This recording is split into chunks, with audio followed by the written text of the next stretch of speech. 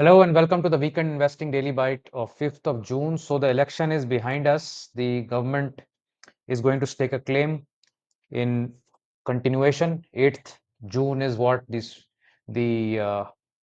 stake of claim and ceremony is designed or planned for. A lot of ifs and buts in the minds of folks that whether the coalition partners will demand a pound of flesh which is acceptable or non-acceptable to the markets. So far, there is no such talk. So far, the talk is very conducive. Uh, the, the coalition has moved forward, given support in terms of comment so far. I think the letters are coming soon. So the Nifty actually roaring back to the pre-election level. That is the news of the day. If you see the Nifty movement, we were at 22,500 odd on pre-election, pre-exit poll day. That's Friday. And then we had a huge gap up Monday and we closed higher, and we all thought that exit polls are going to be right. They were obviously not. The next day, of course, as the counting started, there was panic in the market. One, because the expectations were built so high and now the delivery was much lower. By the end of the day, some recovery happened above this support level.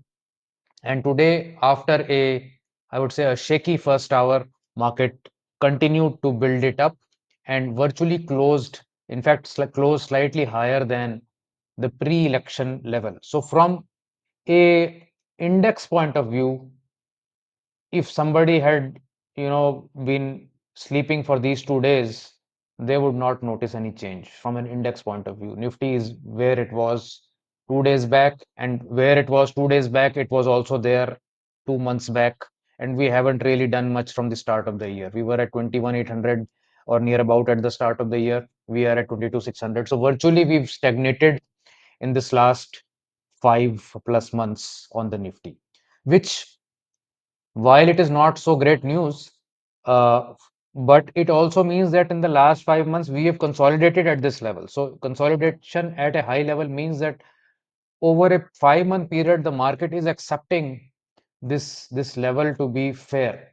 And if you were to, in fact, look at the metrics from a value point of view, which we don't actually, but if you see it from their point of view, the experts there say that Nifty is exactly in the same valuation ballpark as the last 2 years. So from that perspective, nothing really has changed. But what has changed is the internals of the market, and that keep changing from time to time. Another sort of insight from today's move was if a flash crash of VIX, uh, and then subsequently also culminating at a lower point. So VIX is down, India VIX is down to 19, and we have been here for the last 3 weeks. So only during this build up to the election day and on exit poll and the election result day did it really go up. But we are now back to 13th of May levels, and potentially we'll come back to this level as this event and its repercussion of events. Like they say that after a big earthquake, there are some small reverberations that continue. That may happen in the next few days. There may be some more volatility that may happen, but largely it is done unless there is some new development on the political front about government formation or a stake by the opposite side that we have the numbers and hence we will not allow this to be formed, so on and so forth. But as of now, it seems the storm is over. So where is the Nifty headed? Very difficult to say right now because Nifty is exactly where it was in the few months before this event, and right now the as I said, the after effects of this large earthquake-like move has to settle in. So I think for this week, you may do well by taking very cautious short-term moves or trades if you have to.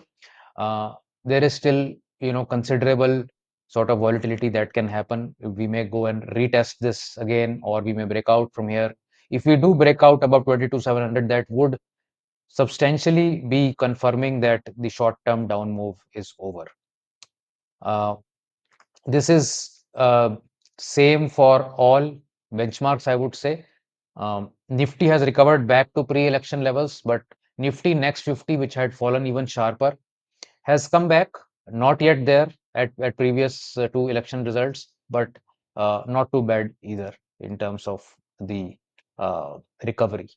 Mid caps recovered very well. I think mid caps are now pretty much where they were at pre-election level. Small caps, which had not made a new high, which were unable to make a new high, are just hanging in there, I would say. Not really coming back to pre-election results levels, but definitely trying to make some support at this 14,800 levels, which they many times during the last 2 days it has been attempted to break down, but the attempt is has failed so far. It may be a case that small caps do a short-term downtrend here on. Bank Nifty has come back very smartly, back to pre-election day results levels, and despite State Bank not coming back as fiercely as one would have expected, private banks have taken over. So suddenly the shift has been from public sector banks, public sector enterprise into other sectors, as I will show you later in this video. Gold is flat, so this entire movement of USD INR from 83.05 to 83.6 and back has not impacted much on the gold price, and that is pretty stable, which is a good thing. What are FIIs and DIIs doing? So yesterday on election result day, there was a huge sell-off. So 15,700 plus crores worth of sell-off by FIIs. So a lot of shedding of position is happening now. It is very difficult to say whether they're still hedging it or longs are being cut. But DII's selling of this nature has happened after a long time, at least on this chart for the last 1 month. DIIs have not been selling. So from that perspective, today's up move is important to know, what these two people are doing, and that we will know by little later in the evening.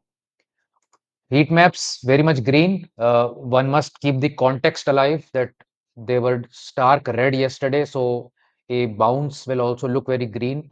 The bounce should not be read as that the troubles are over, but there is a chance that the troubles are over. You can see that State Bank of India only rose 1.8% yesterday. I think it was down 12%. So virtually no recovery on State Bank. Reliance was down, I think, more than 7%. It's up 1.6%. So virtually no recovery on Reliance also. Where the big moves happened was in FMCG from the very start of the day and private banking. You can see HDFC Bank, ICICI Bank, Axis Bank, IndusInd Bank moving up very, very smartly. You can see Hindustan Levers, Nestle, ITC, Britannia, Tata Consumer, all moving really, really well. Also, you have some auto stocks doing really well. So Mahindra and Mahindra, Bajaj Auto, Maruti did extremely well. Adani stocks, Adani Ports, Adani Enterprise also doing very well. And after 10% falls in NTPC and Power Grid, you can see that only a marginal comeback has happened. So there is a shift that is happening.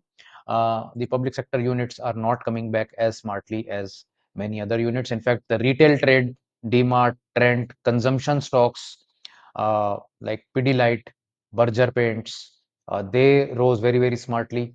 You can see that Ambuja Cement, Shri Cement, these were doing really well. Adani Green up 11%. Adani Power, which fell, I think, 12 or 13% yesterday, virtually flat. So no recovery here at all.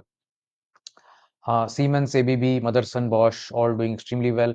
REC, PFC, which collapsed, I think 20 plus percent yesterday. PFC had some recovery, but REC no recovery there. So from the context perspective, I think there can be some slow down moves again. Um, because it will require all these stocks to overcome their previous highs to really assure their traders and investors that the worst is over. Right now, it is you can call it a dead cat bounce also to some extent. Sectoral trends, metal stocks took the lead, 5.8% for the day. However, still down 3.5% for the week. Private banking coming up in lead at 5.1%, consumption stocks, auto stocks, FMCG stocks. And here is where the problem is that Pharma, although with a 3% gain, just managed to come back to its weekly levels. PSU banks with 3% gain is still down 4.6% for the week. Public sector enterprise, this is where the most damage has happened, is 2.5% gain and net 8.6 still down for the week. The issue is that because they gained the most or one of the most over the last 1 year, the recovery is small. So there is a sectoral churn that is happening from public sector enterprise, from PSU banks.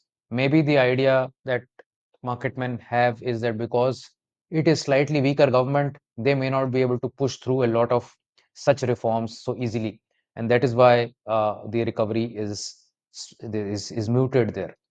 Real estate also up 1.8% only. IT stocks up 1.9%. Energy stocks also virtually only some part of one third recovered from where they were down. So this remains the problem area. And over a period of time, if they don't perform, they will obviously get removed from most of the portfolios, and the leading sectors will then come in. That shift whenever it happens. So it can't be you can't shift from one sector to the other just because of 1 day move.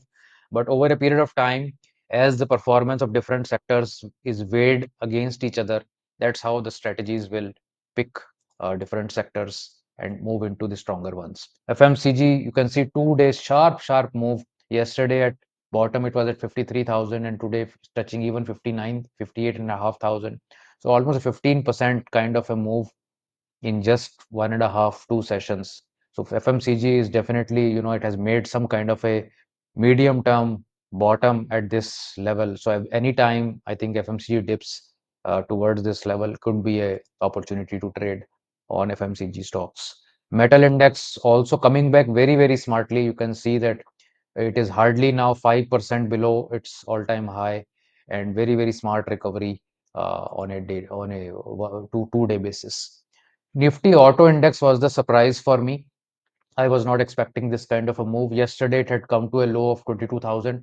Today, it has surpassed 24,200 and closed at an all-time new high. So it has recovered the best amongst all the leading sectors, uh, hit a new all-time high, just like FMCG, but it has been rallying also so far. In FMCG's case, the rally was not happening so far, and it's only a move of fund flow from aggressive, risk on trade towards defensive stocks. But here, autos were already running so hard, and there is further gain on this. So this is very, very reassuring. Autos definitely in a very, very sweet spot right there.